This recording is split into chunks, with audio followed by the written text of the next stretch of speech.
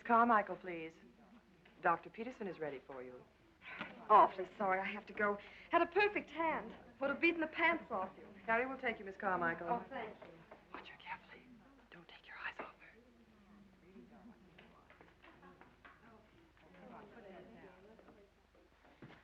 her. How are you today, Harry? Fine. You look a little bilious. It's the light. I worry about you, dear. I'll be all right. Must we dash into Dr. Peterson's office? Can't we go sit somewhere in private and talk? Just you and I. Love it, if I had time. Would you?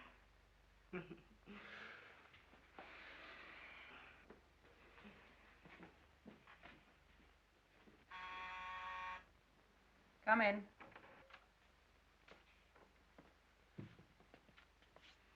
You ruined a very interesting card game, Dr. Peterson.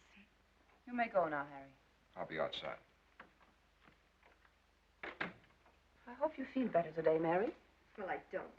You will. I think this whole thing is ridiculous. What whole thing, Mary? Psychoanalysis. It blows the pants off me.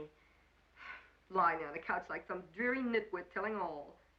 You don't really expect to get anywhere listening to me babble about my idiotic childhood. Really. My patients invariably regard me as a wretched nuisance during our first talks. I see. It's my subconscious putting up a fight. It doesn't want me cured. Exactly. It wants to continue enjoying your disease. Our job is to make you understand why. When you know why you're doing something that's bad for you and when you first started doing it, well, then you can begin curing yourself. You mean I've been telling you lies? The usual proportion. You're right. Been lying like mad. I hate men. I loathe them. When one of them so much as touches me, I want to sink my teeth into his hand and bite it off. In fact, I did that once. Would you care to hear about it? Tell me anything you remember. We were dancing. He kept asking me to marry him, panting in my ear.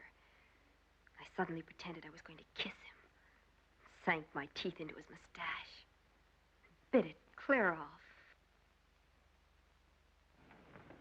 You're laughing at me. That smug, frozen face of yours doesn't take me in. You just want me to tell you all this so you can feel superior to me. You and your drooling science. I detest you. I never want to see that nasty face of yours again. I can't bear you. You and your nickels worth of nothing. Come on, Miss Carmichael. Silly fool. Letting a creature like that worry me. And this frozen puss. Oh, Dr. Fleurot, I want to talk to you alone. I can't stand that woman. I'll see you later, Mary. Come, Miss Carmichael.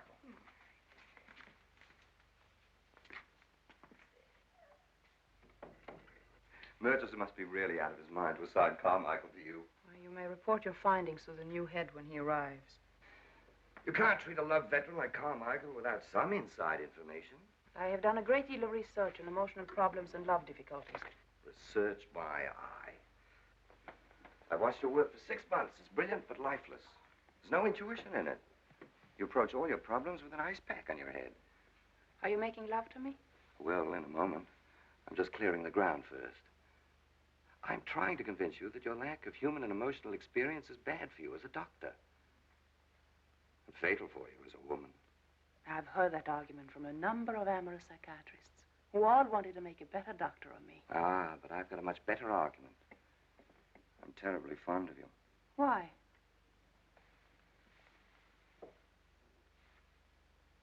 It's rather like embracing a textbook. Oh, but why do you do it then? Because you're not a textbook. You're a sweet, pulsing, adorable woman underneath. I sense it every time I come near to you. You sense only your own desires and pulsations. I assure you mine in no way resemble them. Stop it. I'm mad about you.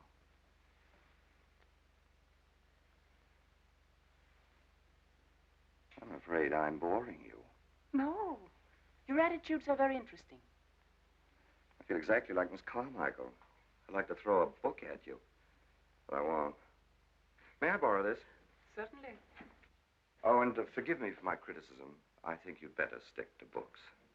Oh, and another thing. Pardon me for marching in, but I'm spreading the tidings. My successor will be due any moment. Well, Dr. Murchison, it's been a pleasure working under you. Thank you very much. Coming, Dr. Peterson? Oh, I'm in no mad hurry to welcome Dr. Edwards. It's hard to imagine this place without you, Dr. Murchison. Yes, I thought of go with the fixtures. More than that, you are Green Manors. It seems unfair. You're very young in the profession. You haven't learned the basic secret of science. The old must make way for the new, particularly when the old is suspected of a touch of senility. Oh, that's ridiculous. I should think the board of directors would realize you're feeling much better. You've been like a new man since your vacation. The board's as fair and all-knowing as a hospital board can be. Well, I agree with you. I'm as able and brilliant as ever. But having crumbled once, I might crumble again. Oh, you were overworked. A charming diagnosis for a broken-down horse. I shall always remember your cheerfulness today as a lesson in how to accept reality, Dr. Murchison. Don't be too taken in by my happy air, Constance. It's the least difficult way of saying goodbye to 20 years. Yes, I know. Come in.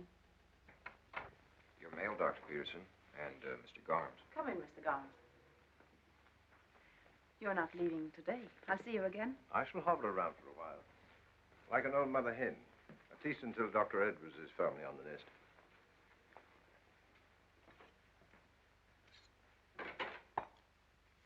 How do you feel today, Mr. Garms? Somewhat better, Doctor. The thing seems a little less troublesome.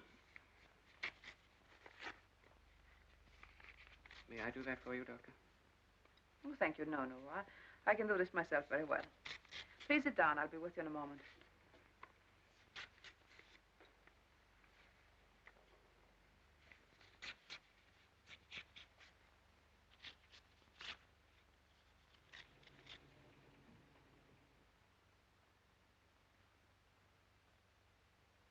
So that's the mighty Anthony Edwards. He looks a little younger than I expected. He's only brought one suitcase.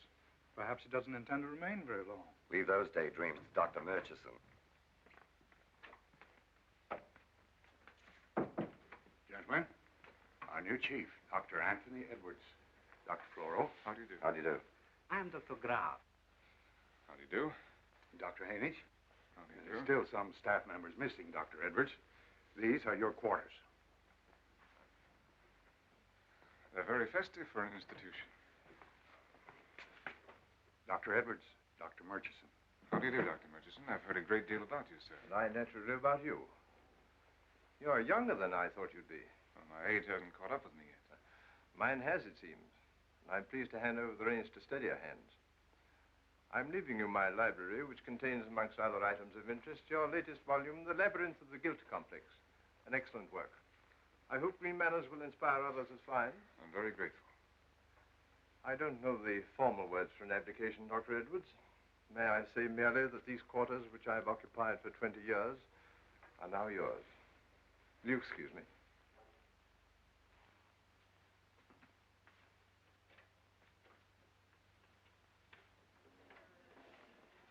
I spent a half hour with Dr. Edwards. I must say I was most favorably impressed. I intend to learn a great deal from Dr. Edwards. I think we all can from a man with such obvious talent. You're familiar with his work? Yes, I've read all his books. A very keen, unorthodox mind. Well, it would be dreadful if Dr. Murchison's successor was unworthy of him. He's joining us.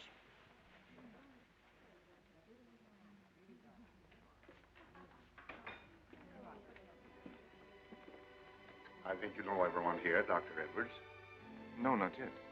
Oh, this is Dr. Peterson. How do you do?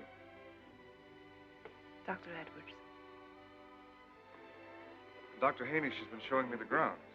It's a remarkable institution, Dr. Murchison. Must be quite beautiful in the summer. I pointed out to Dr. Edwards our various open-air diversions for the patients. Dr. Murchison always argued we did not do enough in that direction, and I agree with him. Let me warn you that Dr. Peterson is a frustrated gymnast. Well, Dr. Floro considers anything beyond sitting and standing gymnastics. I imagine you're very fond of sports. Yes, I am. And I miss them, particularly winter sports. Did you show Dr. Edwards the Elm Grove? Yes, indeed. Well, that's where we hope to have our new swimming pool. Oh, I'm a great believer in the swimming pool. There's a perfect spot for it among the elms. Not an oblong one, but an irregular pool. Something like this. You know, the bathhouses should be here. I take it that the supply of linen at this institution is inexhaustible.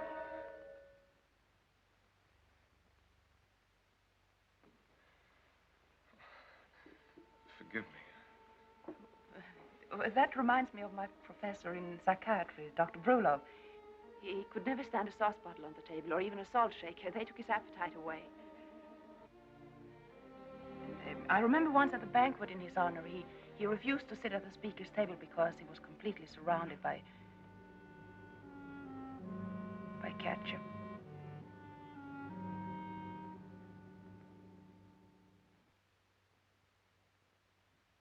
Last night at dinner, a dimple appeared at your cheek that was never there before.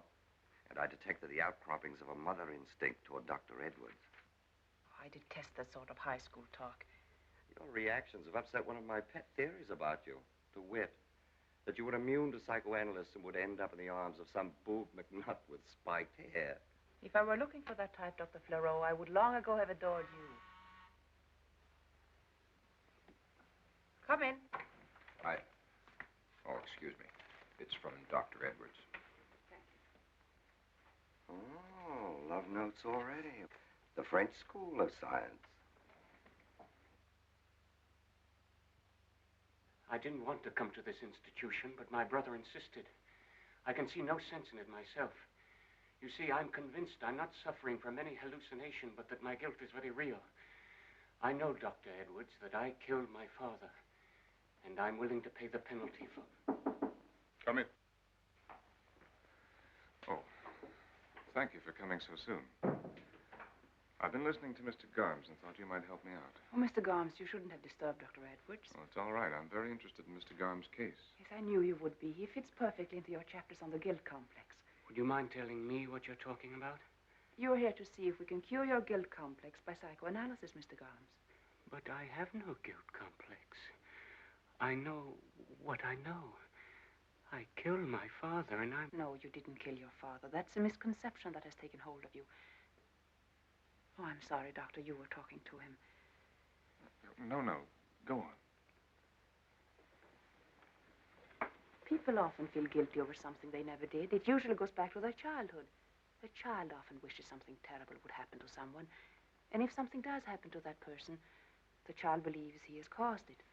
And he grows up with a guilt complex over a sin that was only a child's bad dream. What I am thinking isn't true, then. No. And in the course of analyzing yourself, you'll see that. Would you care to go back to your room, Mr. Garms?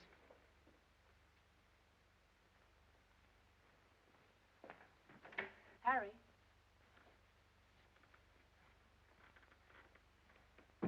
I think we'd better put him under drugs for a few days. He looks agitated. His conviction is curious. But you've encountered such cases very often, Dr. Edwards. You describe them perfectly in your book. Yes. Yes, so I did. Would you mind doing me a favor? Oh, not at all, Doctor. I have a headache. I'd like to take the afternoon off. With you. I understand you're not on duty till after dinner. What I intended typing up my please, notes. I need a little fresh air, and you look as though it might do you a bit of good. Well, I was going to lunch with Dr. Hainish. He has an interesting new patient, a kleptomaniac. Oh, kleptomaniacs for lunch. They'll steal the food right out of your mouth. Excuse me. Hello. Yes, Dr. Edwards. What? Yes, Anthony Edwards. Who? Sorry, I don't get your name. Norma Kramer. Please, Miss Kramer, I'm very busy and I don't know you. Some girl claiming to be... I hate practical jokes, don't you? People calling you up and chirping, guess who I am? Sounds like some ex-patient of yours. They are always full of coy little tricks. Very likely. Come on, let's go. We'll look at some sane trees, normal grass, and clouds without complex.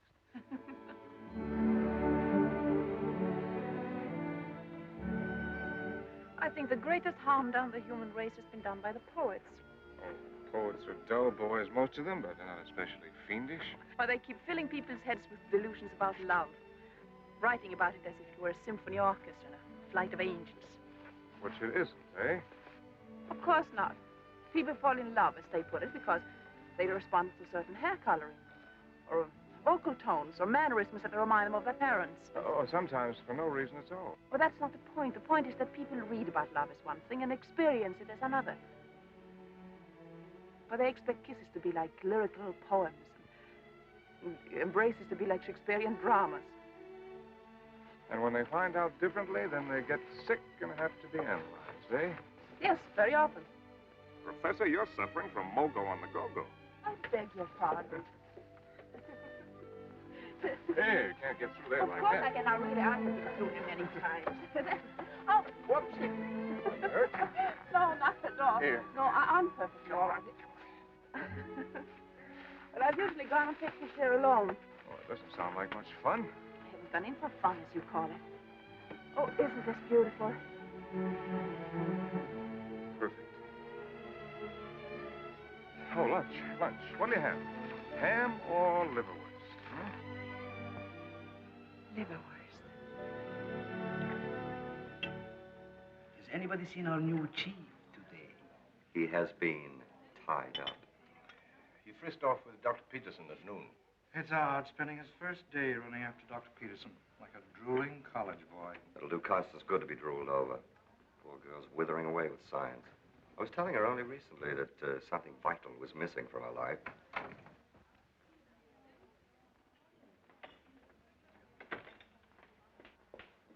Oh, please don't get up. I just came in because I learned Mr. Garms became agitated again this afternoon. Yes, I gave him a sedative. I'm very sorry I wasn't here. Nonsense. You look as if you'd had instructive time. Instructive? Gentlemen, notice her stockings. The lady's been climbing trees. Or lolling in a briar patch. No, it's trees. There are 2 leaves in her hair. Allow me, Dr. Peterson. You're surpassing yourself as a charmer, Dr. Fleureau. Don't run away. Do have some coffee. Well, Dr. Peterson has already eaten, as one could tell by the mustard on her right forefinger. I would say hot dogs on the state highway. Would you really?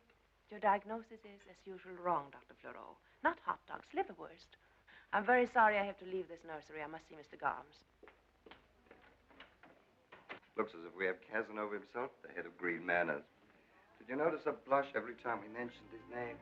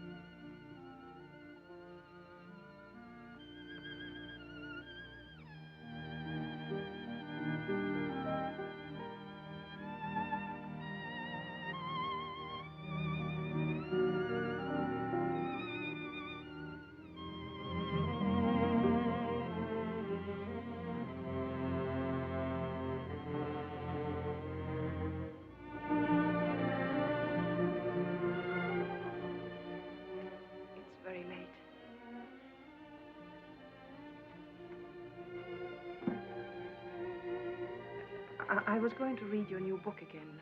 I would like to discuss it. I've never discussed an author's work with him. Of course, at school we had several literary professors, but that was quite different. I sound rather nervous, don't I? Not at all. I thought I wanted to discuss your book with you. I am amazed at the subterfuge. I don't want to discuss it at all. I understand. It's quite remarkable to discover that one isn't what one thought one was. I mean, I've always been entirely aware of what was in my mind. And you're not, no?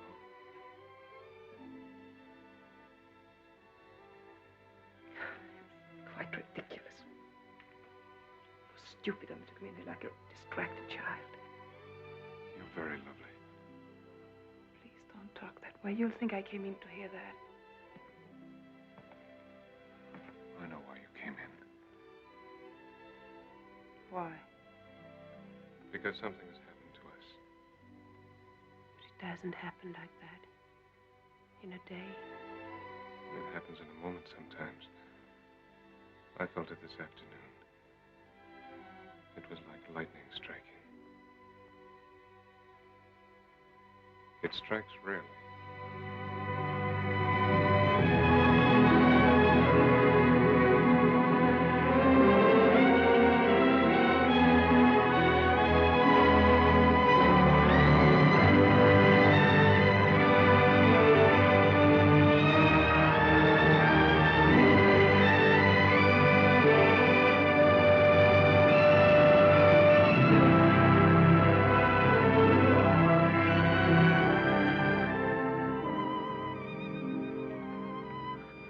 Understand how it happened.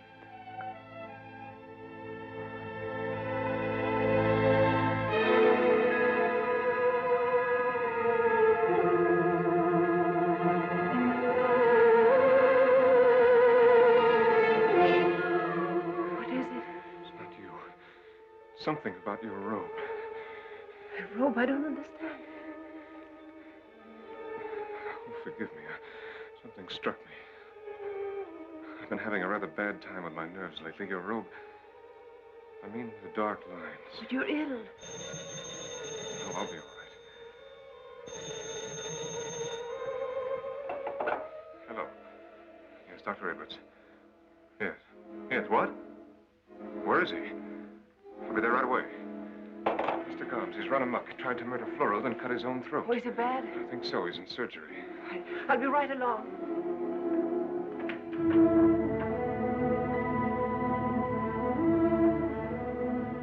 He's lost a lot of blood, but I think he'll pull through. What's the pulse? 140. It's going down.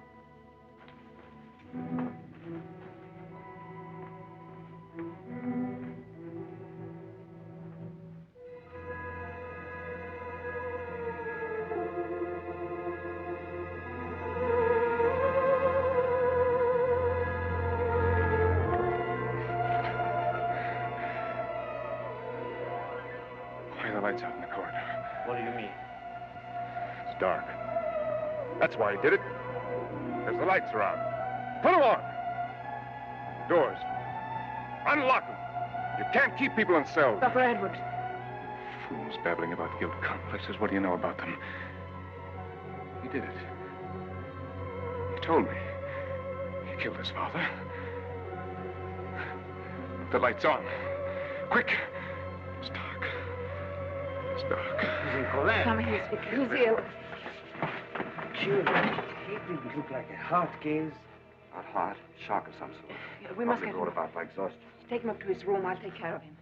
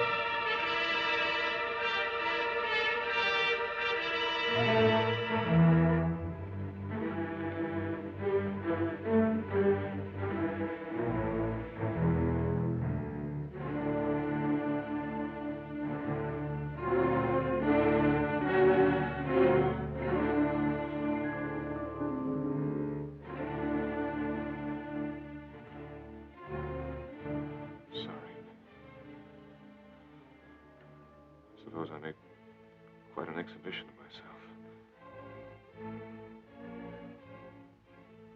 Who brought me down here? You?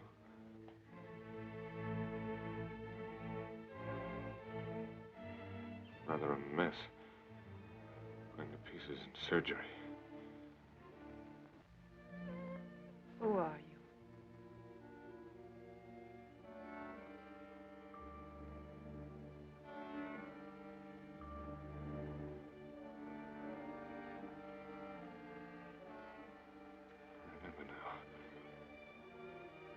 Edwards is dead. I killed him. Took his place. I'm someone else. I don't know who. I killed him. Edwards.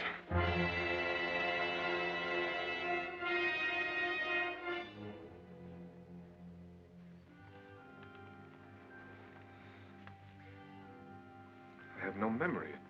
It's like looking into a mirror and seeing nothing but the mirror. And yet the image is there. I know it's there. I exist. I'm there. How can a man lose his memory, his name, everything he's ever known, and still talk like this? As if he were quite sane. Are you afraid of me? No. You're ill. Loss of memory is not a difficult problem. Yes, I know. Amnesia. The trick of the mind for remaining sane. You remain sane by forgetting something too horrible to remember. You put the horrible thing behind a closed door. We have to open that door. I know what's behind that door. Murder. No. That's a delusion you have acquired out of illness. Will you answer me truthfully and trust me? I trust you, but it's no use. I can't think. I don't know who I am. I don't know. I don't know. Who telephoned you yesterday? Telephone me? Yes, they're in the office. Yes, I remember. What did she say? She said that she was my office assistant. She was worried about me, hadn't heard. You mean she was Dr. Edwards' assistant and hadn't heard from him? What else did she say? She didn't recognize my voice. That I wasn't Dr. Edwards. You hung up in anger? I was confused. My head ached. Was that your first doubt? First doubt. The first time you became confused as Edwards? Did anything else happen before that? Yes. When I was in the hotel room packing to come here, I found a cigarette case in my coat. It frightened me. I didn't know why it should. Here. The initials J.B. See them? When I saw them in the hotel room, they made my head ache. Well, they're probably your initials. J.B. J.B.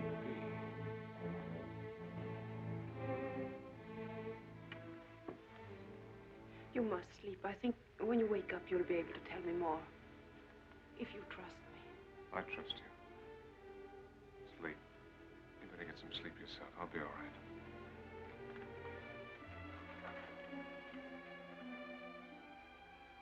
I'm sure there will be no police inquiry for a few days.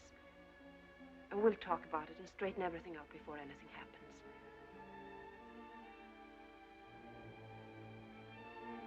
I'll come in the morning and report you too ill for service.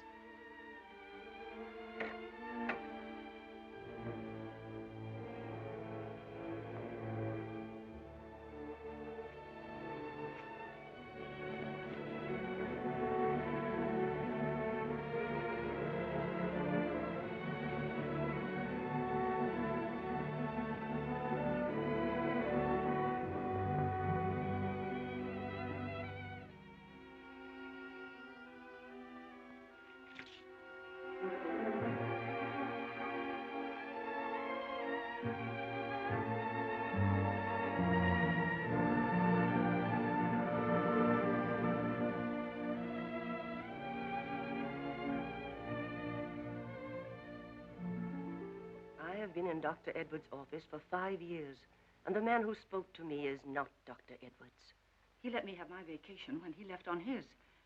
But I was very worried when I didn't hear from him last week. Then I thought he might have just come here without reopening his office. That's why I telephoned. Show them the picture. Oh, yes.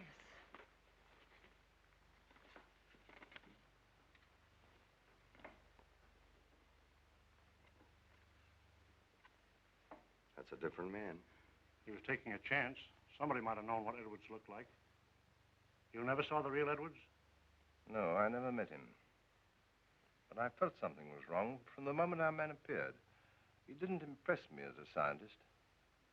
And last night when he collapsed, I became actually alarmed. What do you think made him break down last night? It's obvious now. Garms. Our imposter, I'm almost certain, is an amnesia case. Garms brought him back to reality for an instant. And being unable to face the truth of who he was, he collapsed. You think he may have killed Edwards? Oh, there's no question of it. He killed Dr. Edwards and took his place in order to conceal his crime by pretending the victim was still alive. This sort of unrealistic act is typical of the short-sighted cunning that goes with paranoid behavior.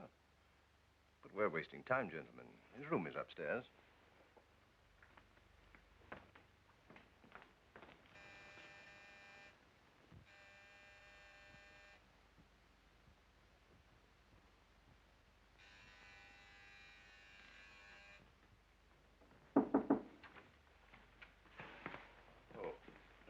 This is Dr. Peterson.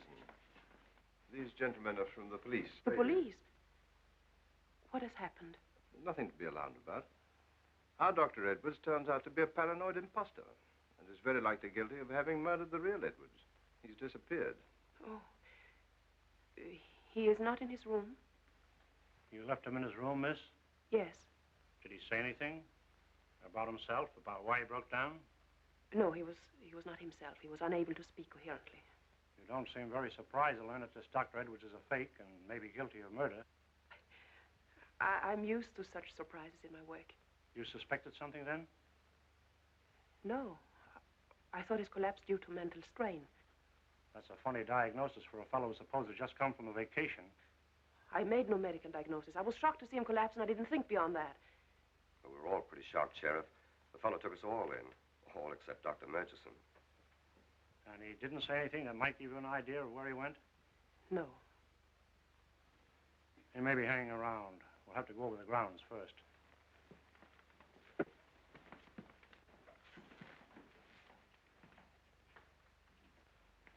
I'm sorry this has happened to you, Constance. I felt like warning you about him, but I wasn't certain. Don't worry. It's not your fault. And they're bound to find him. I'll keep you informed of the police activities.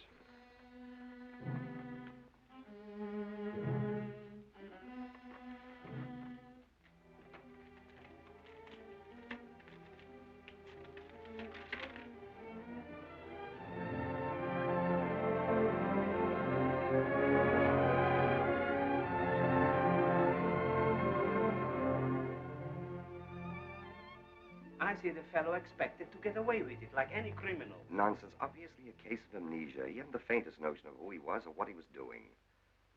What do you say, Constance? I don't know. You know, if you were anybody but Constance Peterson, the human glacier and the custodian of truth, I'd say... Yes, you'd say what? My dear, forgive me my scurvy thoughts. You are telling the truth. I was going to say that you were holding something back. I'm a sentimental ass. A woman like you can never become involved emotionally with any man, sane or insane. I suggest you change the subject, Flora. I will be very interested to ask him certain questions when he brings him back here, no matter what you think. You'll never ask our mystery man any questions. Why not? For the very good reason the police will never find him alive. An amnesic case of that sort with the police after it's an obvious suicide. The fellow will put an end to his pain, nightmare fantasies, either by blowing his brains out or dropping himself out of a window. You're offending Dr. Peterson with your callousness. I'm sorry, Constance, that our staff still retains the manners of medical students. I'm not offended. I think Dr. Fleurot's ideas are quite accurate, but I'm rather tired. Good night. Good night. The police have asked me to announce that our neighborhood roads are free of the dangerous madman who escaped from Green Manors. The search for the imposter is shifted to Manhattan. This is WQZK, Rutland, George Bell. We now resume our regularly scheduled program.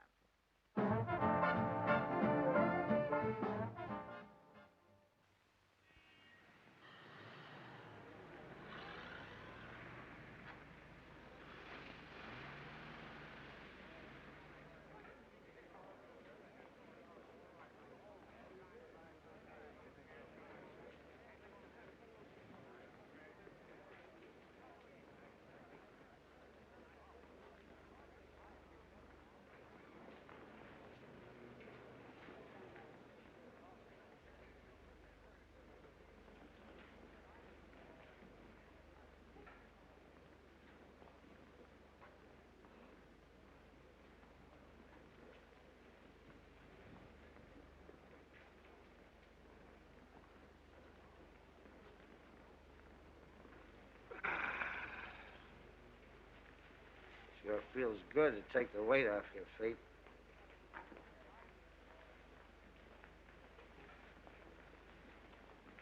I'm from Pittsburgh. There's a town for you. Really can meet people in Pittsburgh. Friendly. Fella could live and die in this town. He couldn't meet nobody. How about you and me having a nice little drink together now that we're acquainted? No, thank you. You don't have to be so snooty about it. I'll have you know, Madam, that I know better people than you in Pittsburgh. Yeah, I'm sure you're a great social success given half a chance. Now you're talking. Do you mind not sitting in my lap in public? That's enough of that. Beat it. I'll have you know I'm a guest in this hotel. Who do you think you are? I'm the house detective. Get going. This town's getting worse and worse. Oh, that's all right, lady. You don't have to go.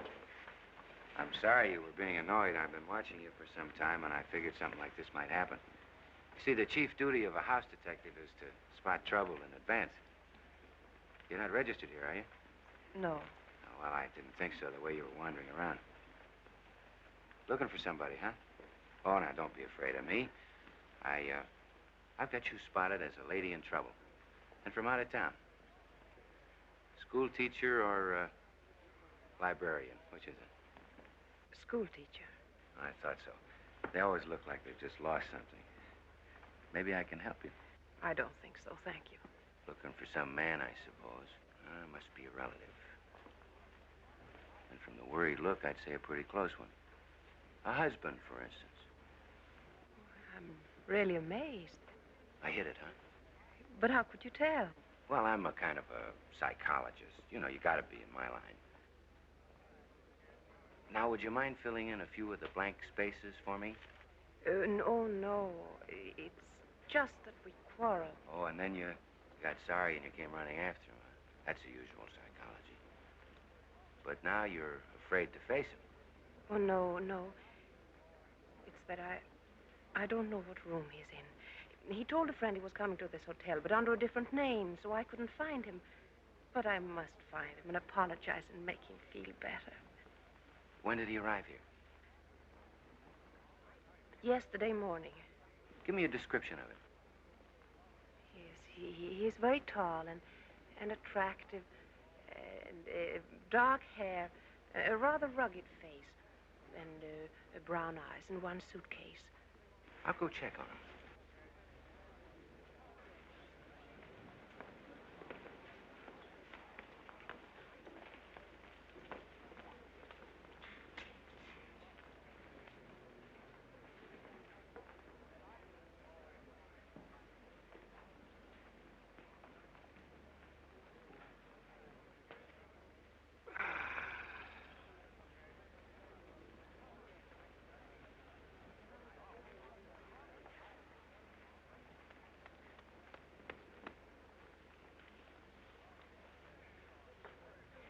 Did you find him? Well, I think we got a line. About 25 guys answering your description registered here yesterday. These are their registration cards. I figured you might recognize the handwriting. That's very clever of you.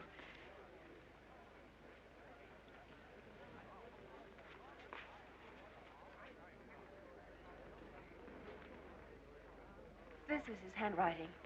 John Brown, huh? Not much imagination for an alias. Room 3033. Oh, thank you very much. I was going to sit here all day watching for him. Oh, I knew you would. I'm glad to be of service. I'm a married man myself, and I know how it feels to have a wife come chasing after you to apologize.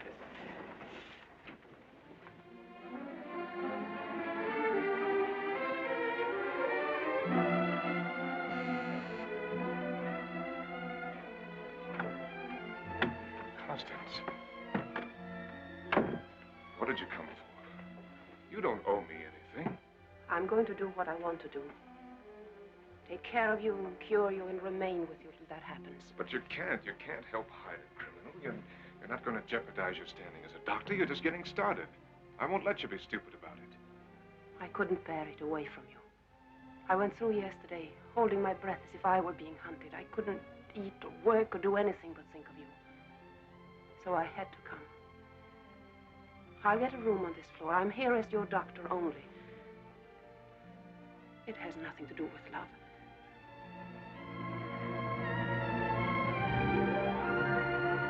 Nothing at all. Nothing at all. Try remembering. Let your mind go back to your childhood. Was it happy? Whom did you know in your childhood? I'm haunted, but I can't see by what. It's no use. You lived somewhere. You had a mother. You were loved. You had friends. Yes. Probably a wife. Can you remember her? Oh, I didn't say I had one. I said I probably had. No, darling. Thank heaven I can't remember a wife. I would like to ask you a medical question. Constance, would you mind not prodding me?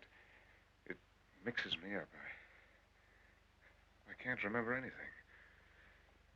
Except that I love you. How would you diagnose a pain in the right upper quadrant? A pain that is persistent? Oh, gallbladder, possibly a heart case, or pneumonia. Depending on the patient's history. It's obvious you're a doctor. Yes. The eminent Dr. X. And if we can unlock one tiny memory, it'll give us a key to the others. No. The only thing that comes to my mind, that I keep thinking over and over, is the logic of the situation. What logic? That it was I who was with Edwards. Police believe the imposter who escaped from Green Manors to be the patient who visited the real Dr. Edwards in the Cumberland Mountains the day that the noted psychiatrist disappeared. No trace of Dr. Edwards has been found since he left the Cumberland resort in the company of his supposed patient. Do you remember that? No, So why do you believe then that you were with him?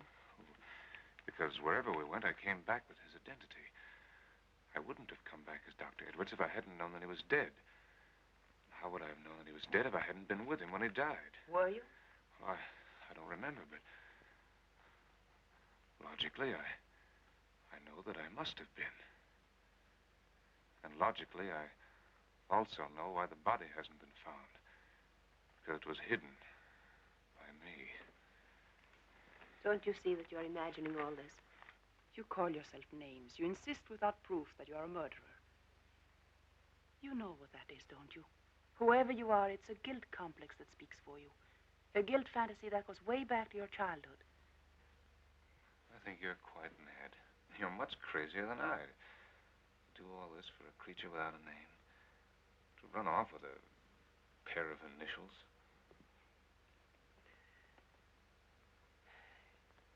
The police have not given your name or case history to the papers. That must mean only one thing. That your name was not in Dr. Edwards' files. You were in an accident. Where was it? What happened to your hand? Your hand was burned. You've had an operation in the last 6 months. A skin graft, 3rd-degree burns. Your hand was burned. Where? It hurts. Try remembering. My hand hurts. Your hand is remembering. Open your mind and the pain will leave. Where did it happen? I can't. It hurts. What happened? It's burning. My hand's burning. Try to remember.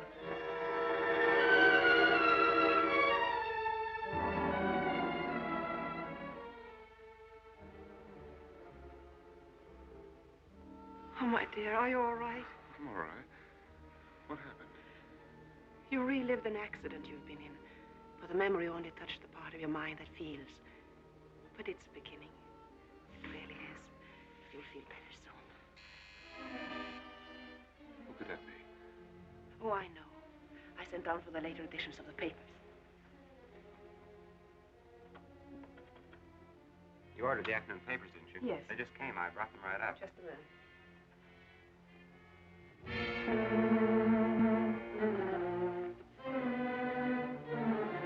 Here you are. Thank you. Oh, thanks. My picture's in the paper. He recognized me. We got to go. Quick, we can't pack.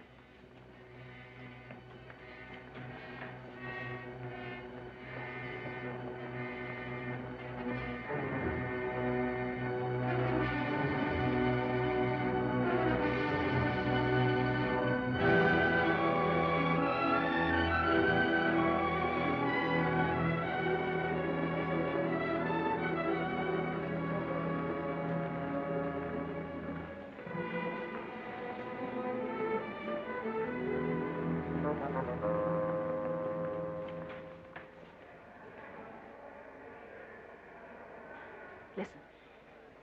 When you left the mountains, you must have passed through New York. Wherever you came from, wherever you went, you must have been in a railroad station. You must have heard Edwards ask for tickets to somewhere. I don't remember. You will. When you come to the ticket window, try to relive that other time with Edwards. Try to repeat what was said then. Ask for the same tickets. I'll try.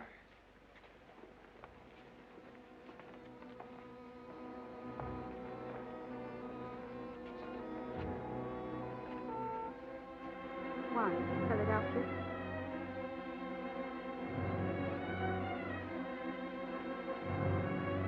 Philadelphia, 339, including the federal tax. Thank you. Washington, one way. You went someplace with Edwards. Ask for tickets to that same place. 846, including tax. Thank you.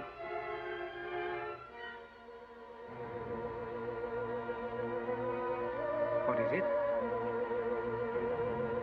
What do you want, sir?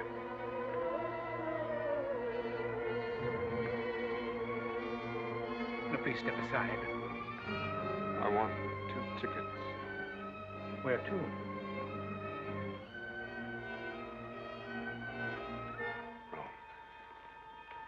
Rome. To where? Rome.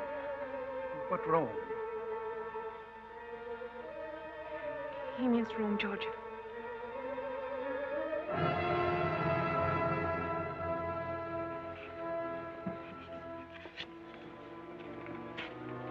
Is anything wrong? My husband is ill. I'm taking him home. Here you are, 2 tickets to Rome, Georgia. He'll be all right in a minute. These dizzy spells go away quickly. He looks pretty sick. I'll call a doctor. No, he'll be all right. You feel better now, darling? Darling, pull yourself together. You're all right. When does the train for Rome leave? Birmingham Special leaves in 10 minutes. Track 17. I feel better now. Thank you.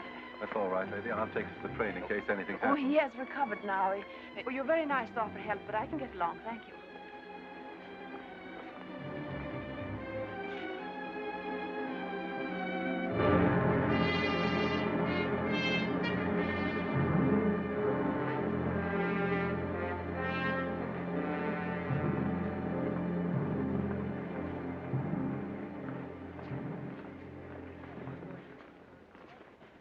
We are taking this train. We walk down a ways and then turn back. Oh, what's the matter with this train? A policeman heard us buy the tickets. Did he act suspicious? No, he was very nice, but when he goes to the police station tonight, he may find descriptions of us posted and he'll remember us.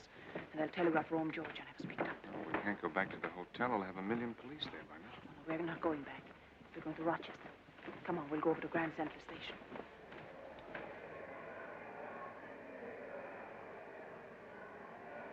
Oh, by the way, what are we going to Rochester for? Oh, we're going to visit Dr. Brulov. Oh, that's the fellow who doesn't like sauce potters. He was my analyst. He psychoanalyzed me. Really?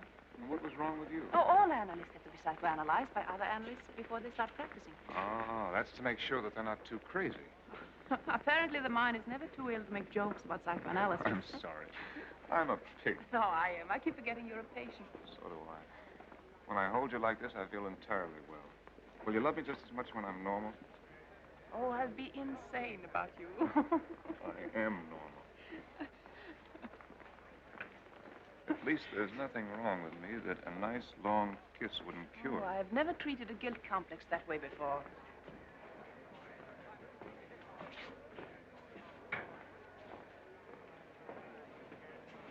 We don't want to attract attention. Everybody's doing it.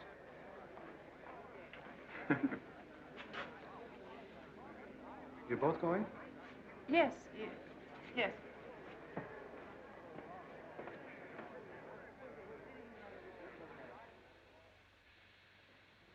Oh, don't read the paper. Let's pick up where we left off.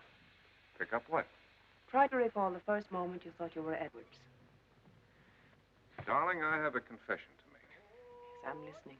As a doctor, you irritate me. I sit here swooning with love, and then suddenly you ask me a question, and I don't like you anymore. Do you have to sit there smiling at me like some smug know-it-all school teacher? Can't help smiling. That's what happens in analysis. As the doctor begins to uncover the truth of the patient, said patient develops a fine, hearty hatred of said doctor. Or you're going to hate me a great deal before we're through. And you're going to like that. As a scientist, yes. And if I should happen to biff you one, you'll consider that as sort of a diploma. Yes, but don't biff too hard. No, I think we should go on with our investigation. We have some new facts to work with now. What facts? You're a doctor. You were in an accident. Your hand and forearm were burned. And you were in Rome. I was never in Rome in my life. You were either there or going there. Well, you remembered something no doubt connected with the burning of your hand. Rome. Think of Rome. Maybe Rome, Italy. When did you go to Rome? What did you do in Rome? Think. Think.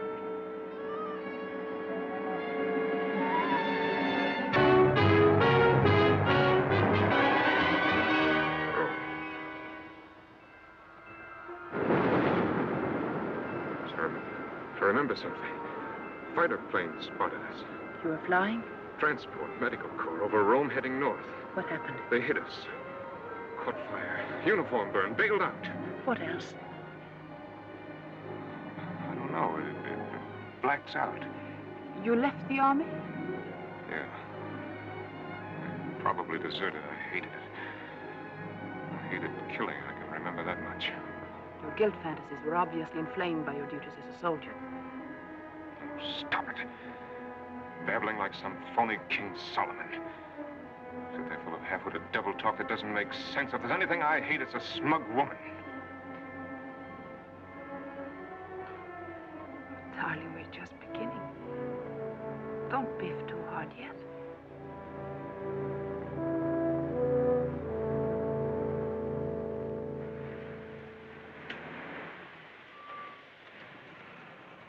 I worked as Dr. Brulow's assistant for a year, right after my internship. He got me the post at Green Manors. You'll like Alex. I doubt that. One psychoanalyst in my hair is enough. What are you going to tell him? That we are on our honeymoon. Oh, doctor, you think of the most wonderful prescriptions. Good evening. Is Dr. Brulow in? No, he went out right after dinner. He ought to be back soon. Would you mind telling me? I've left his supper on the table. I'm sorry, but I can't wait any longer. Oh, and there are two gentlemen waiting for him in there.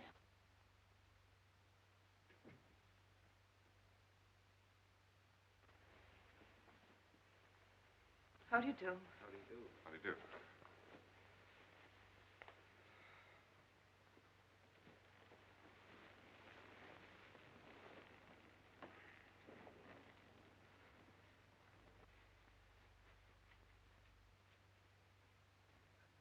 How's your mother been lately? Oh, she's still complaining about rheumatism. She figures I ought to get transferred down to Florida. I said, do you expect me to sacrifice all chance of promotion just because you got rheumatism? Did you take this subject up with Hennessy? Yeah. He said a transfer could be arranged, but I'd probably have to start all over again as a sergeant. And I said, personally, I think that's unfair after all the work I did in that narcotics case. And what did Hennessy say to that? Oh, a lot of things. He made some crack about me being a mama's boy.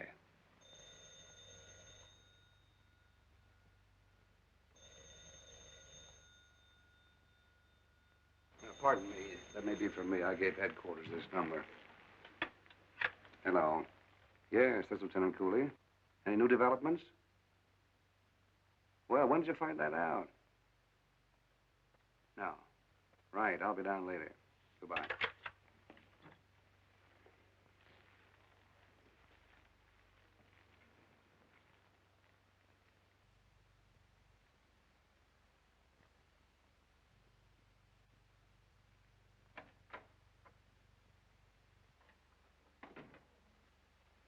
Alex.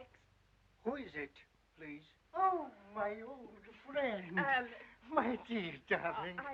I didn't have time to let you know. I just arrived. Imagine I find you here. Oh, I would have come home quicker. I was giving a lecture at the Army Hospital. Are these gentlemen with you? No, I'm here with... Dr. Bruloff, I'm Lieutenant Cooley of Central Station. This is Sergeant Gillespie. What for? We thought you might give us some data on Dr. Edwards. Data? What is this kind of persecution? I told the policeman yesterday I know nothing about Edwards. But yesterday you had some kind of theory. I explained to the policeman that if Edwards took along with him on a vacation a paranoid patient, he was a bigger fool than I ever knew he was. It is the same as playing with a loaded gun. Do you think this patient might have killed him? I'm not thinking anything. I'm not a bloodhound. Was Dr. Edwards a great friend of yours? What are you talking about? The man was impossible. You had a quarrel with him when you were back in New York, I understand. Not New York, in Boston at the psychiatric convention. What kind of an analyst is it who wants to cure psychosis by taking people skating or to a bowling alley? I understand you threatened to punch his nose. All I did was get up and walk out and kick over a few chairs which nobody was sitting in. So you don't have to ask me any more questions. You have now the facts. Well, thank you very much. I'm sorry to have bothered you. If anything turns up, we'll let you know. Goodbye, man. Good night, sir. Good night.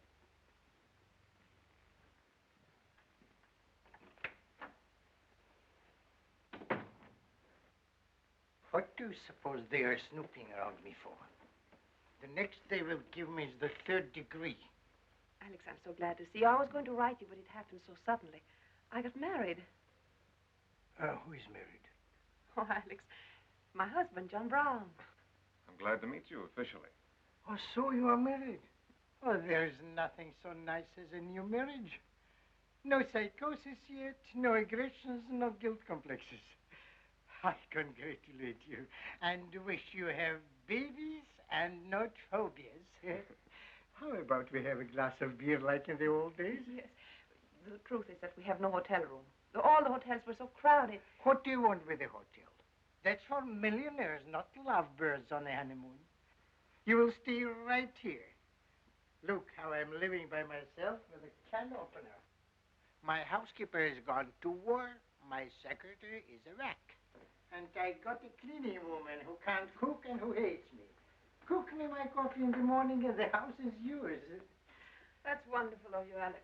There's nothing wonderful about me. It's nice to see my old assistant. The youngest, but the best one I ever had. But who knows now? As my old friend Sonnenbaum used to say, women make the best psychoanalysts till they fall in love. After that, they make the best patients. Good night and happy dreams, which we will analyze at breakfast. Good night, Dr. Perlhoff. Thanks for everything. Any husband of Constance is a husband of mine, so to speak. Good night, Alex. Good night.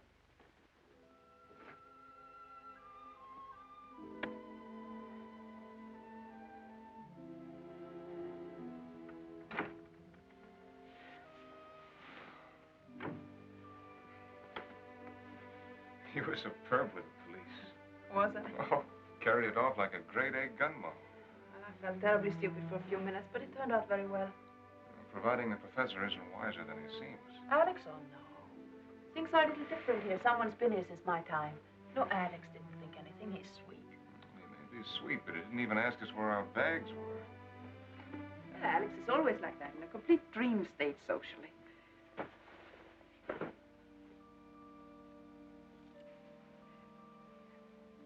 Do you know, this room does look changed.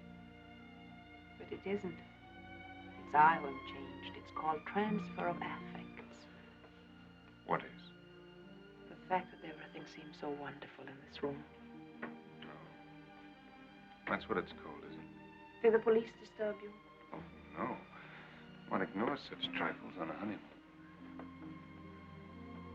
I take it this is your first honeymoon. Yes. I mean, it would be if it were.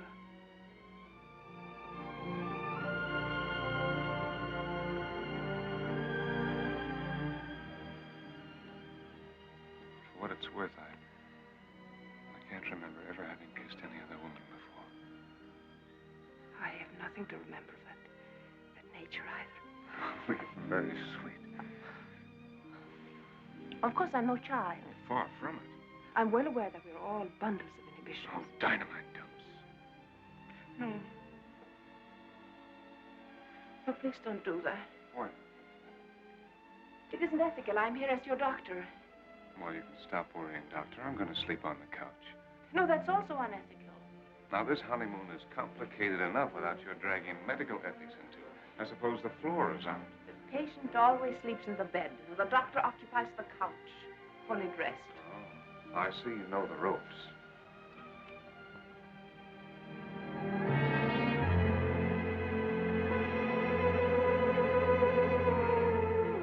You remember something? No. This room reminds you of something. No. You're resisting a memory. What is in your mind? I don't know. Yes, you do. You're resisting it. Don't start that again. Don't stand there with that wiseacre look. I'm sick of your double talk. As you're looking at the bed, what frightens you? White lines. When I made fork marks on a tablecloth, they agitated you. And the night you kissed me, you pushed me away because of my robe. It was white. It had dark lines on it. Try to think. Why does the color white frighten you? Why do lines frighten you? Think of white. White. Because it frightens me, I can't... Don't run away. Stand still. Look at the white spread. Look at it. Remember.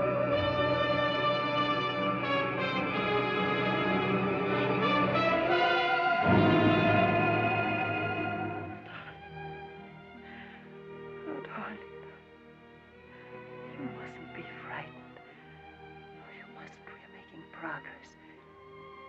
We have the word white on our side.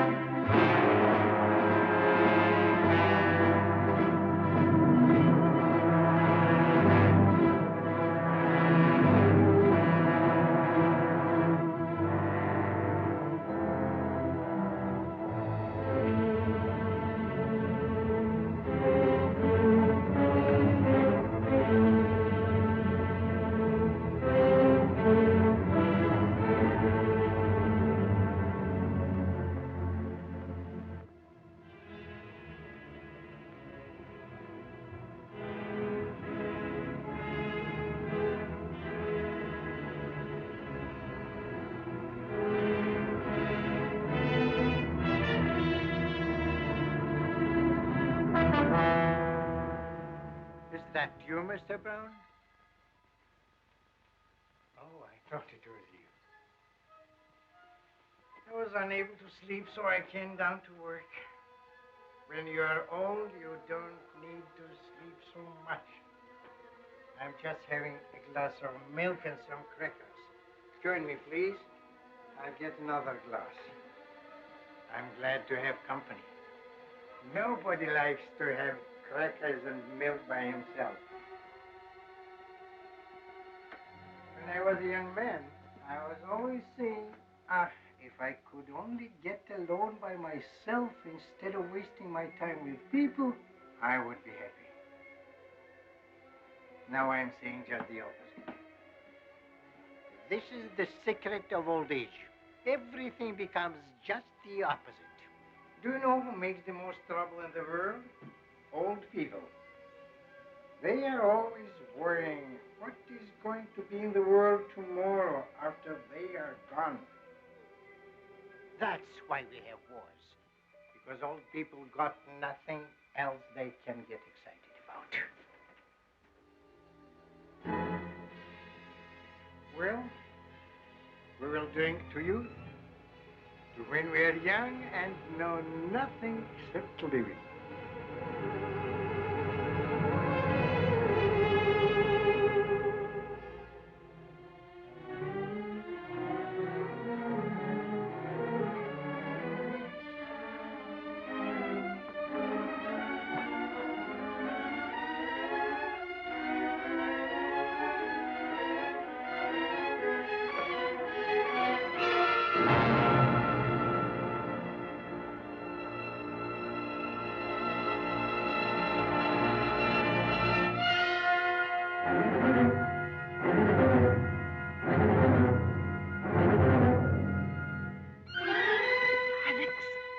Alex, are you all right?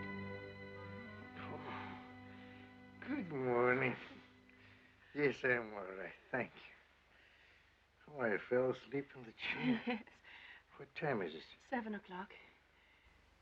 I was dreaming. This morning I get some real coffee. My husband must have gone out very early this morning. You didn't have... He didn't go out. He's over there on the couch. He's all right. He's sleeping fine. My dear child, do you think old Alex Brulov, one of the biggest brains who is in psychiatry, is unable to make out 2 and 2 come out 4? I should have known. The moment I see you with a husband whose pupils are enlarged, who has a tremor of the left hand, who is on a honeymoon with no baggage, and whose name is Joan Brown, I know practically what is going on. What happened? Only what I expected. There is no use taking chances with a possibly dangerous case. I sit here waiting. If you scream, I'm ready. So he comes downstairs and he's dangerous. I can see by his face.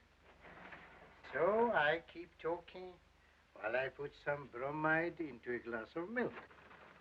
Enough to knock out 3 horses.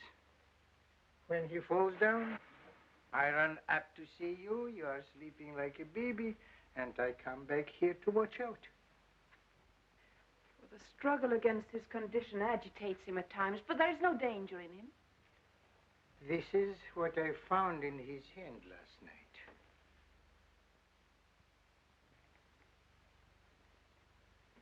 He didn't know he had that.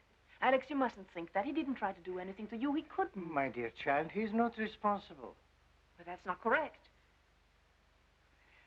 I'm just a little more experienced with this type than you.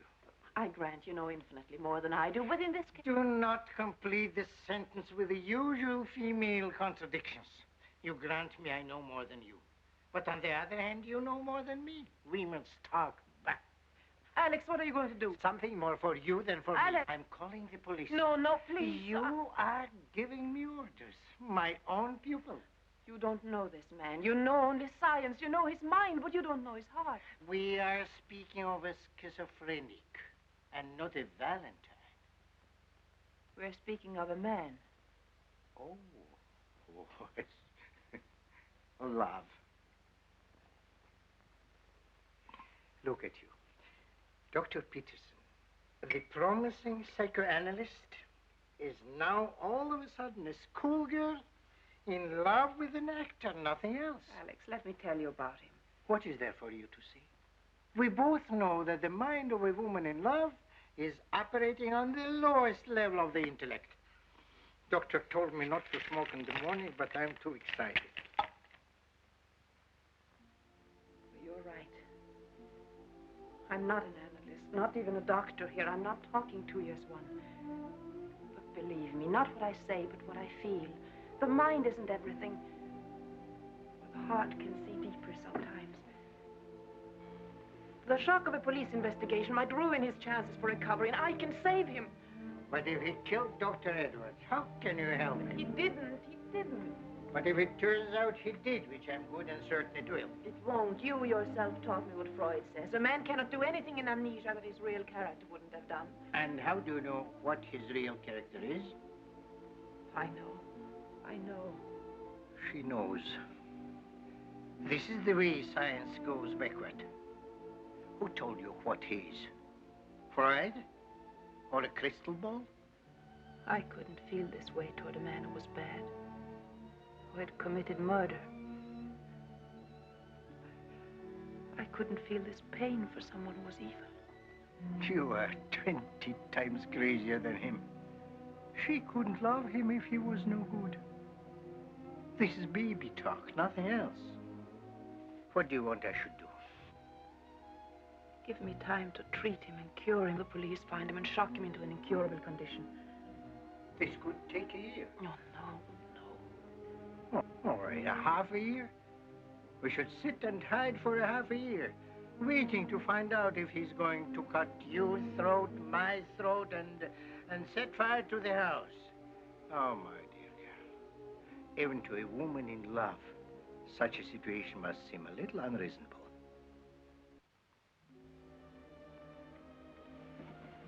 Just a few more days, Alex, before you turn him over.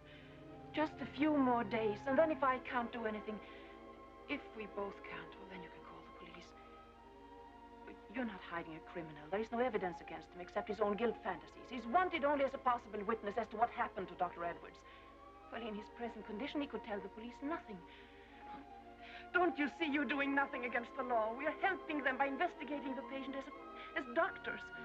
Doctors who want the truth even more than they do. All right. You'll wait. Go make me coffee. I'll pretend to myself I'm acting sensible for a few days.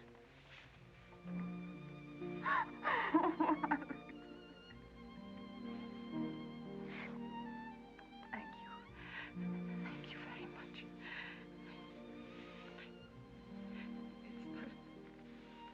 I'll make you coffee with an egg in it.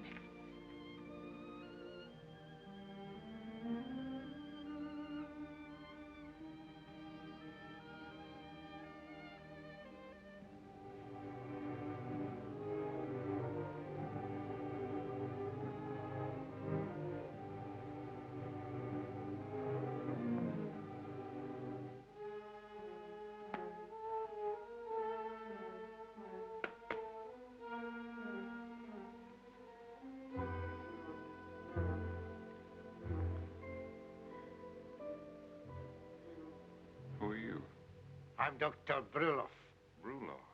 Oh, yeah, that's right.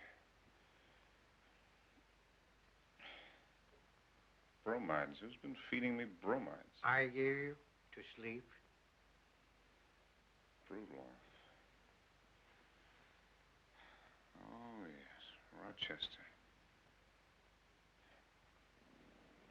What's your name? I don't know.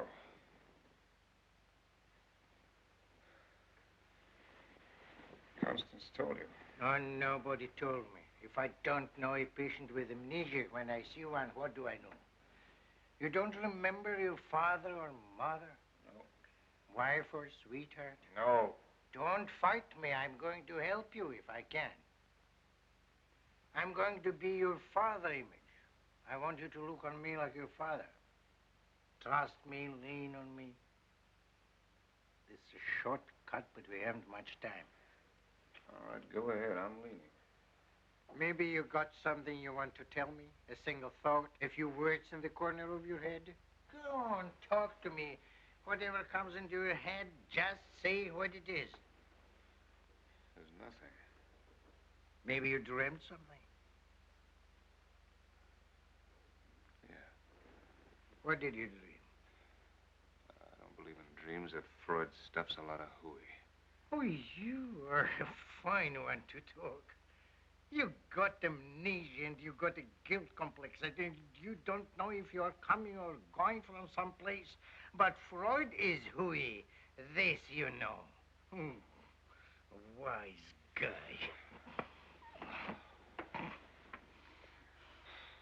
You don't like me, Papa. Do you want I should help you or not? I'm sorry. I explained to you about dreams, so you don't think it is hooey. The secrets of who you are and what has made you run away from yourself, all these secrets are buried in your brain. But you don't want to look at them. The human being very often doesn't want to know the truth about himself because he thinks it will make him sick. So he makes himself sicker, trying to forget. You follow this? Oh, how do you feel? Ah, coffee. Awful.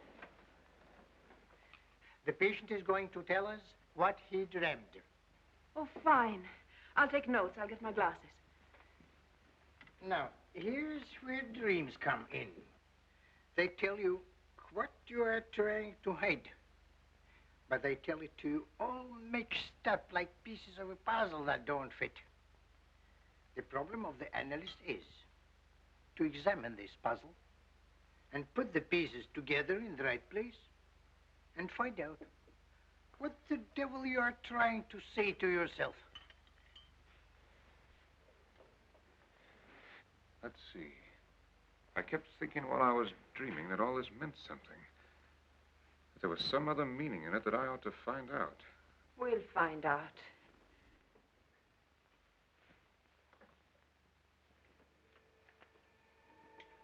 I can't make out just what sort of a place it was.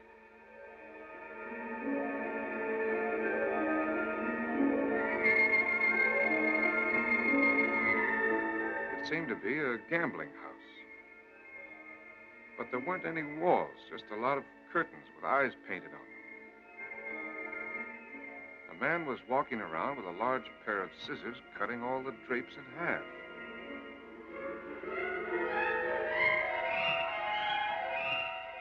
And then a girl came in with hardly anything on and started walking around the gambling room, kissing everybody. She came to my table first. Did you recognize this kissing bug? I'm afraid she looked a little like Constance. Uh-huh. This is plain, ordinary, wishful dreaming. Go on. I was sitting there playing cards with a man who had a beard. I was dealing to him, and I turned up a 7 of clubs. He said, "That makes 21. I win." But when he turned up his cards, they were blank. Just then, the proprietor came in and accused him of cheating. The proprietor yelled, "This is my place, and if I catch you cheating again, I'll fix you." I'm sorry about that kissing bug. I'm glad you didn't dream of me as an egg beater, as one of my patients did. Why, what would that mean? Never mind. Well, does it make any sense to you what I dreamed? Not yet. You're trying to tell yourself something. What it is, we'll figure out later. There's a lot more to it. Go on and try to recall the details. The more cockeyed, the better for the scientific side of it. He was leaning over the sloping roof of a high building. It was the man with the beard. I yelled at him to watch out. Then he went over, slowly, with his feet in the air. And then I saw the proprietor again, the man in the mask. He was hiding behind a tall chimney, and he had a small wheel in his hand. saw him drop the wheel on the roof.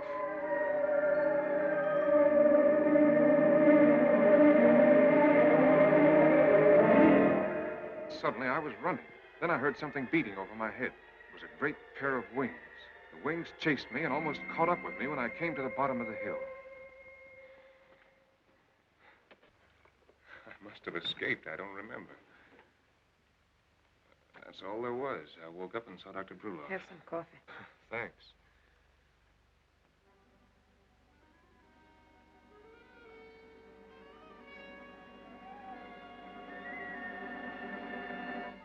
Something's happening. What is it?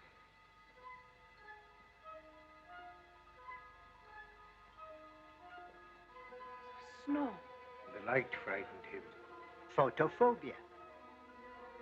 No, it was the snow.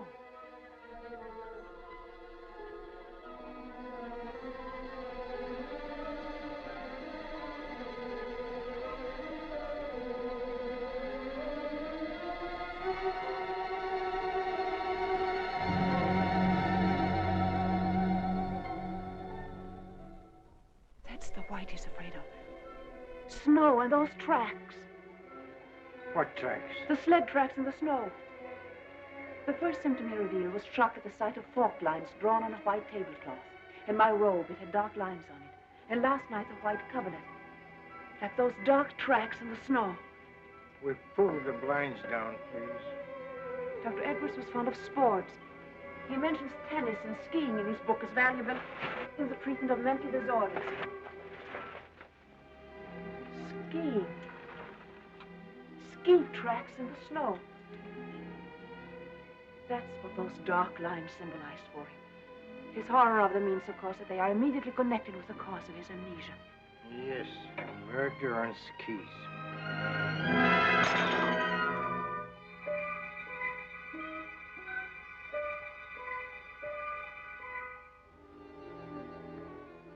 Where did Edwards go for his skiing? We must find out. Can you tell us where? Try. He has told us already. In his dream. Let me see your notes. What can we do for him? Oh, you're not his mama. You're an analyst. Leave him alone. He will come out of this by himself. The sloping roof. That means only mountainside. They were skiing. And the father image, the bearded man, is Dr. Edwards. That's very simple. Dr. Edwards plunged over the precipice while skiing. And then a shadow chases him up and down a hill. That could mean he was escaping from a valley. Skiing resorts are often called valleys, like Sun Valley. He was being pursued by a winged figure, a witch or a harpy. No, the figure was you. If you grew wings, you would be an angel. The dream is trying to tell him the name of the resort. Angel. Angel Valley. Do you remember Angel Valley? No. We can call a travel agency and check all the resort names. It wasn't Angel Valley. I remember it. It was a place called Gabriel Valley. What else do you remember now? Who was the masked figure in your dream? It was an accident. Do you remember that? A skiing accident. Dr. Edwards went over a snow cliff. It was no accident. I can't stand this anymore. I've had enough of it. We've got to call the police. No. We have to go to Gabriel Valley. You got to go with me. That's for Coley when he comes in. I'll tell him.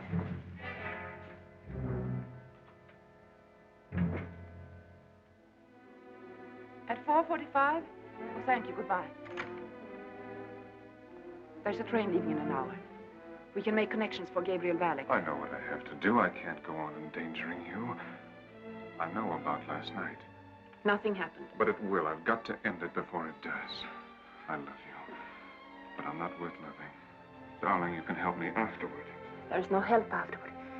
If you give yourself up to the police in your condition, there is no afterwards for either of us.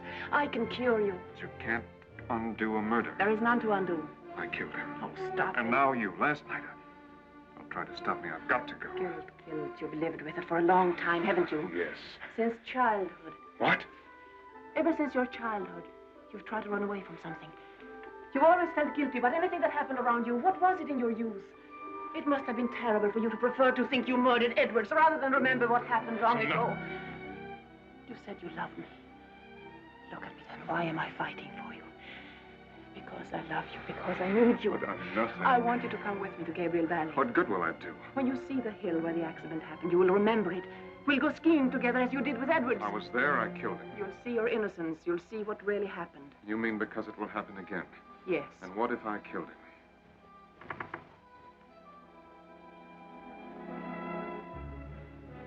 Isn't it true that if the episode's repeated, I'm likely to do the same thing I did before?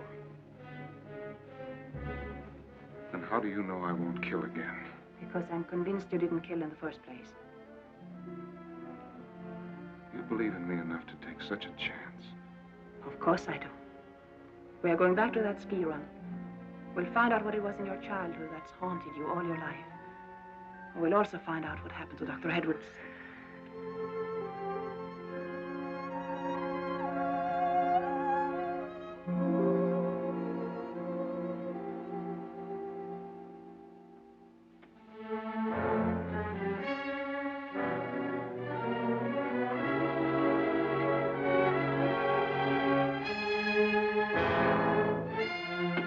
See her before? Let's go. I've always loved very feminine clothes, but never quite dared to wear them.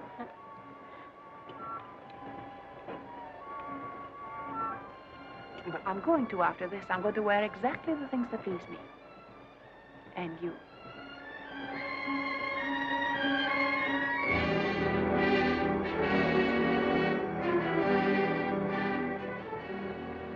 Even very, very funny hats. You know, the kind that makes you look a little drunk?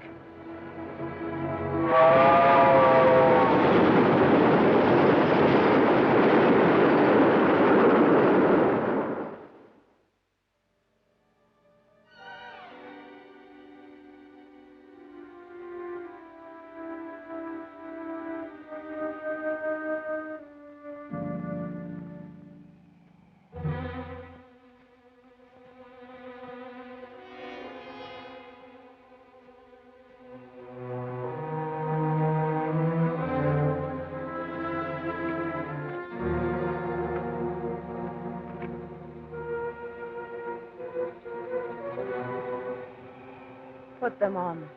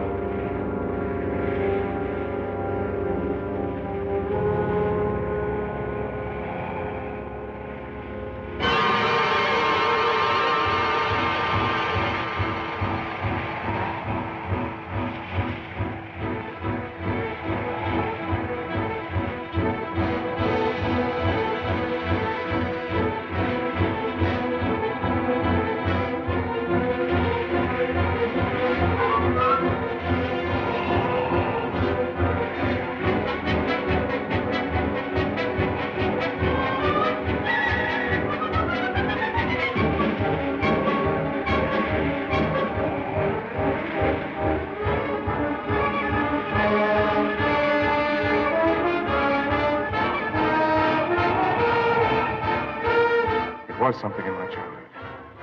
Something in my childhood. I remember now. I killed my brother.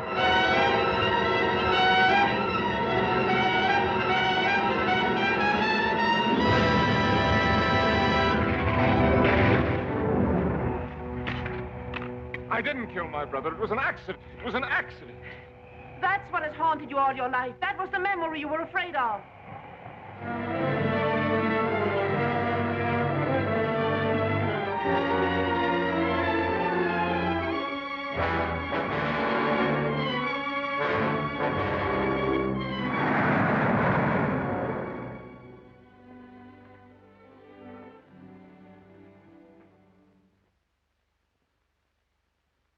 like looking into a picture book, an old one.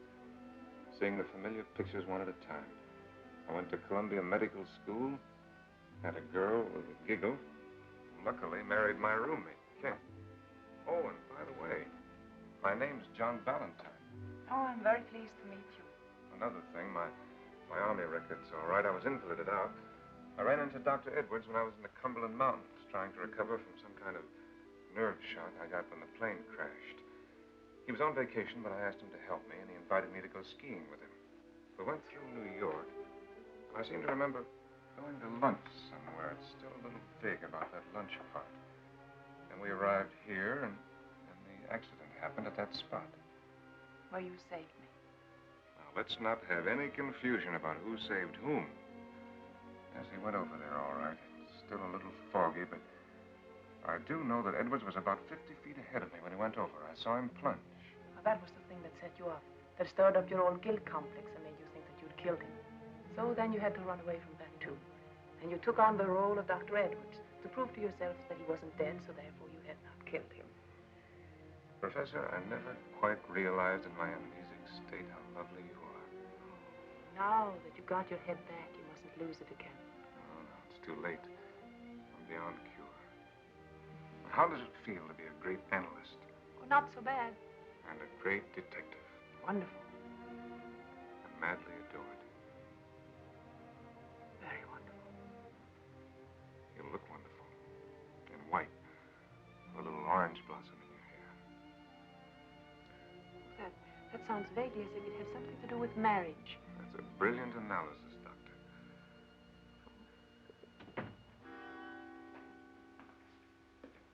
Oh, hello. You know Lieutenant Cooley and Sergeant Gillespie from Rochester? Yes, we know them quite well. How did you find us? Well, no thanks to your friend, Dr. Bruloff. We made a few inquiries at the railroad station. He left a trail a mile wide. Well, you arrived just in the nick of time. I believe that's the usual expression. We found the body of Dr. Edwards. It's almost exactly where you told the local police it would be. You remembered the spot very well. Well, thank goodness it's all cleared up. Well, not quite, Dr. Peterson.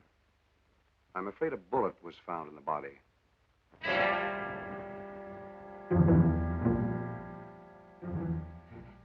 That's impossible. It was in his back. The case is one of murder. We shall have to detain you, sir. It's my duty to inform you that anything you say may be used against you.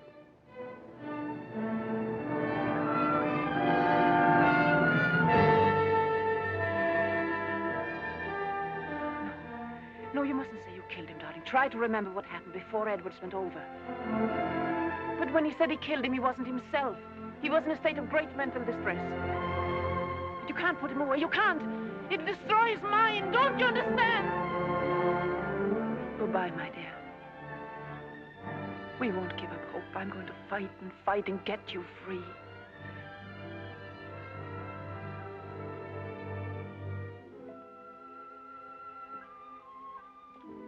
My dear girl, you cannot keep bumping your head against reality and saying it is not there. The evidence was definite. We can't remove it by wishing or crying. He trusted me. I led him into a trap. I convicted him. Is that real enough for you? There is no one to blame. The case was a little deeper than you figured. This often happens. You must realize now one thing. It is over for both of you. It's not over. You will have other cases. It's not over. It never will be. Don't ask me to stop. I can't.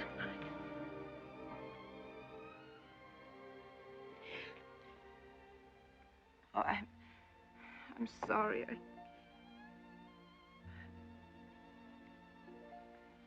Thanks for straightening things out with Dr. Murchison and everyone.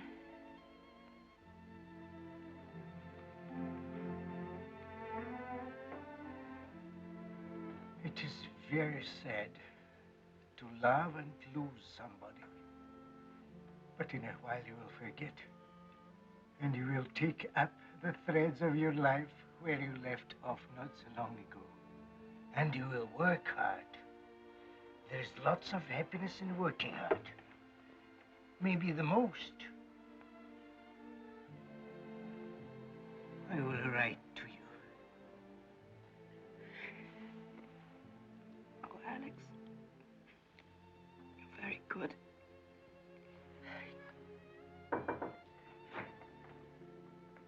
I'm sorry to hurry you, Dr. Bruloff, but your car is waiting. You have just time. Oh, thank you. I'm always late, always forgetting.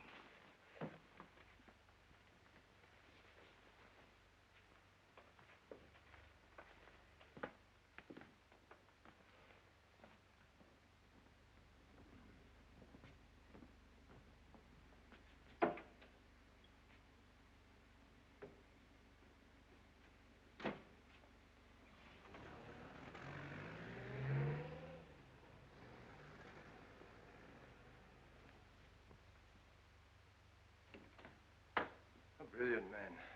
I should have gone to the station with him. You're too tired. I know that feeling of exhaustion only too well. One must humor it, or it explodes. I shall try to help you in every way. You will take care of yourself. Yes. And try to forget things better forgotten.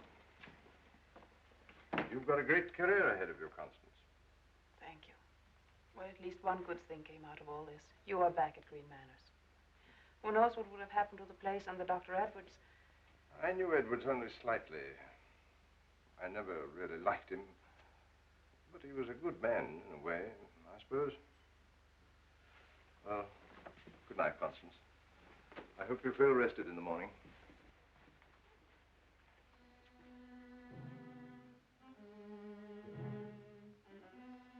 I knew Edwards only slightly. I never liked him very well. I knew Edwards only slightly. Knew Edwards slightly. Knew Edwards. Knew Edwards slightly. Knew Edwards. Knew.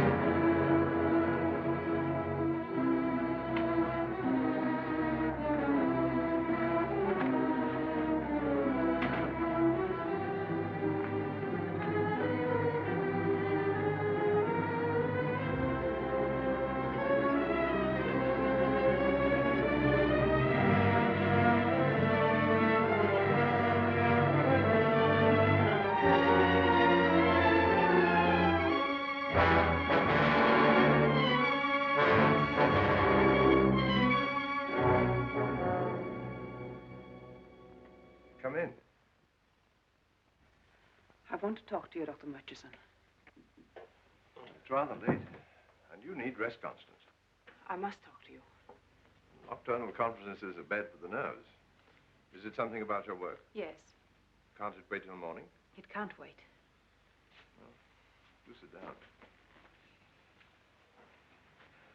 Now, what's your problem? It is a dream one of my patients reported. May I ask who the patient is?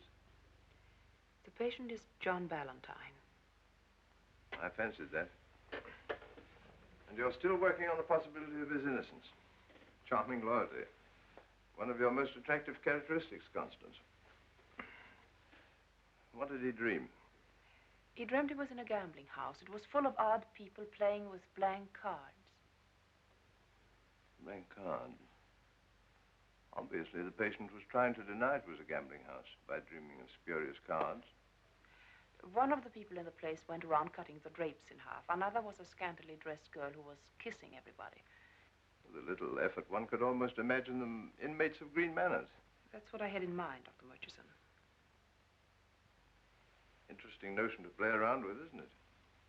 Do go on. There were eyes painted on the curtains around the walls. Oh, the guards at Green Manors. The patient was playing cards, now no longer blank. A game of 21 with a bearded man who was evidently Dr. Edwards. Yes, one usually dreams of one's analyst as authority with a beard. He dealt Edwards the 7 of clubs, and Edwards said, "That makes it 21. I would say the patient was trying to mention a locale. The 7 of clubs might mean a club. Yes, with the word 21 in it. There is such a place in New York. It's called the 21 Club. I've heard of it. The patient Brent, the proprietor of the place, came in and began accusing Dr. Edwards of cheating. He ordered Edwards out and said, "I won't allow you to play here. This is my place. I'm going to fix you." The dream gives the locale a double identity. The 21 Club and Green Manors. But the proprietor seems to belong more to the latter. In fact, I would say that this angry proprietor who threatened Dr. Edwards was myself. It seemed that way to me.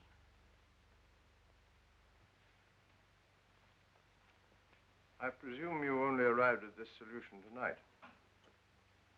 Yes. and have confided your psychoanalytic findings to nobody. Not yet.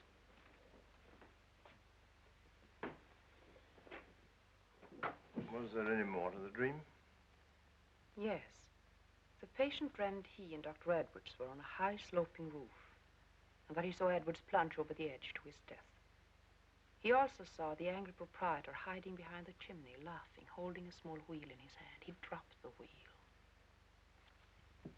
The symbolism of the small wheel escapes me. It was a revolver. The proprietor who threatened Edwards' life in the 21 Club dropped a revolver in the snow in Gabriel Valley after shooting Dr. Edwards in the back. The weapon is still there at the foot of a tree, with the murderer's fingerprints on it. I can't agree with this part of your interpretation, for the good reason that the weapon is now in my hand. I imagined something of this sort would happen when I made the slip tonight about knowing Edwards. That started your agile young mind going. You were having a breakdown. And in a state of panic, you heard that Edwards was to take your place here. So you sought him out in his favorite restaurant where he was lunching with John Ballantyne. You accused him of stealing your job. You threatened to kill him. He calmed you down, told you he was off on a skiing vacation. You followed him there and shot him from behind a tree. That's enough. Your story is ridiculous. You make a fool of yourself. A love-smitten analyst playing a dream detective. There'll be no dreams for the police. They'll find out from the waiters in the 21 Club that you were there. You'll be identified as the man who had a row with Dr. Edwards. There will be people who saw you on the train to Gabriel Valley, who saw you there. There'll be no dreams necessary for this case. I see. You're an excellent analyst, Dr. Peterson, but a rather stupid woman. What did you think I'd do when you told me all this? Congratulate you? You forget in your imbecilic devotion to your patient that the punishment for 2 murders is the same as for 1. You're not going to commit a second murder, Dr. Murchison. I hadn't planned to, but you're here. You're not leaving. A man with your intelligence does not commit a stupid murder. You're thinking you are not mentally responsible for that other crime in the snow. They'll find extenuating circumstances in the state of your health. They'll not execute you for the death of Dr. Edwards. You can still live, read, write, research. Even if you are put away. You're thinking that now, Dr. Murchison.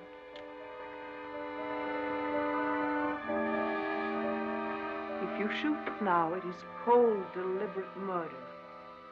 You'll be tried as a sane murderer, convicted as a sane man, And killed in the electric chair for your crime. I'm going to telephone the police now, Dr. Murchison.